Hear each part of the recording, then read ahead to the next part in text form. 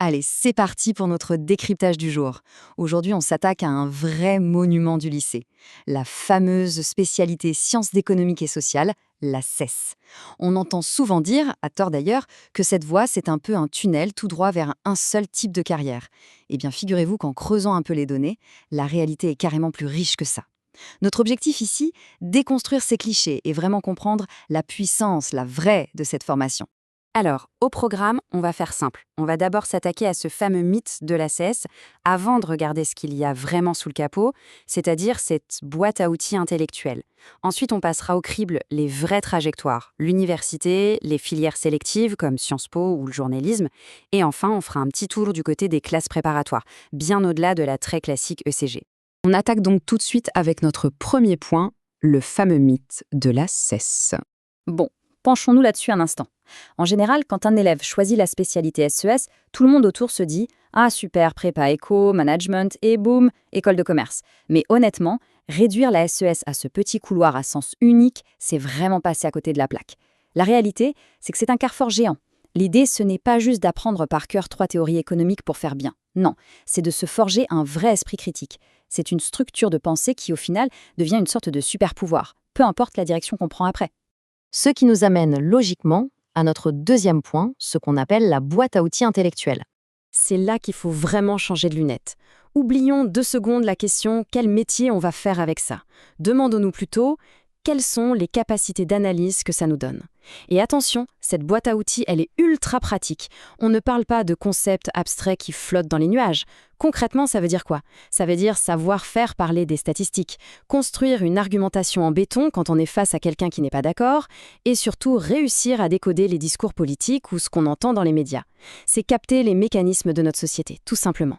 En fait, c'est avoir une grille de lecture redoutable pour décrypter ce monde moderne qui est, disons-le, de plus en plus complexe.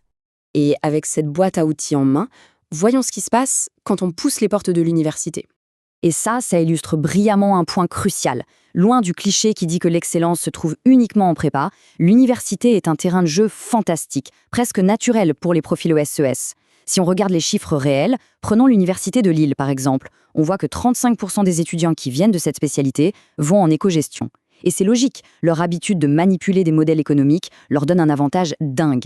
Mais, et c'est là que ça devient fascinant, regardez les 65% qui restent. Ils s'éparpillent partout, en droit, en sociaux, en sciences politiques ou encore en administration économique et sociale. Le champ des possibles à la fac est absolument immense. Pour vraiment appuyer ça, écoutez bien ce que dit le professeur Jean Dupont de la Sorbonne, il met le doigt sur un truc essentiel. La SES offre une maîtrise des méthodes à la fois quantitatives et qualitatives. C'est une avance conceptuelle massive. En clair, imaginons un étudiant en droit avec ce bagage SES, eh bien il va aborder le droit de la famille en comprenant intimement les notions de contrôle social. Un étudiant en sociaux, lui, saura déjà comment bidouiller un questionnaire ou faire parler des stats. C'est littéralement démarrer ses études supérieures avec une belle longueur d'avance.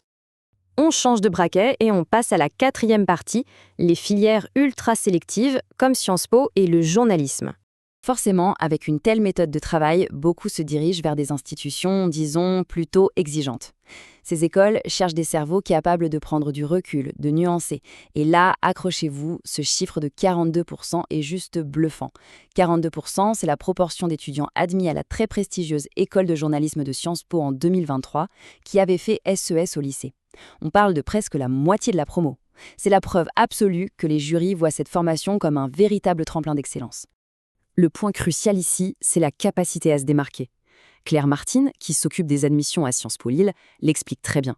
Pendant les redoutables oraux ou dans une dissertation, balancer un concept de SES avec pertinence, ça fait toujours son petit effet. Imaginons un candidat qui utilise la spirale du silence pour analyser une polémique médiatique, ou qui sort le concept de capital culturel pour parler d'inégalité à l'école. Boum! C'est ce genre de maturité intellectuelle qui fait tilt dans la tête d'un jury.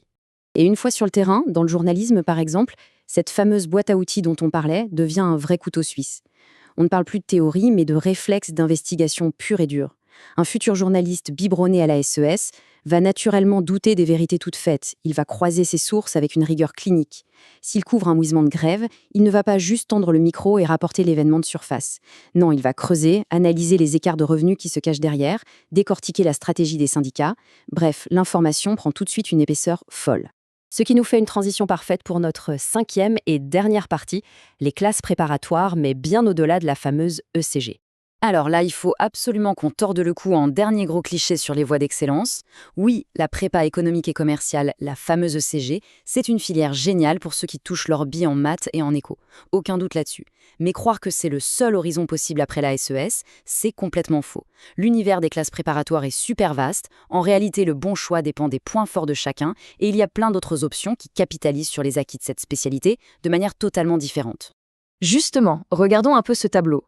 Au-delà de l'ECG classique, on a par exemple la prépa D1. Elle est adossée à la fac, hyper axée sur la dissertation et l'analyse sociale. Pour faire du droit ou viser Sciences Po, c'est juste royal. Ensuite, on a la D2, qui va vraiment mettre le turbo sur l'économie et la gestion pure, de façon très technique. Et puis, il y a la BL. Alors ça, c'est vraiment le summum du profil touche-à-tout. C'est un cocktail très exigeant qui mélange les lettres, la philo, les sciences sociales et même des maths.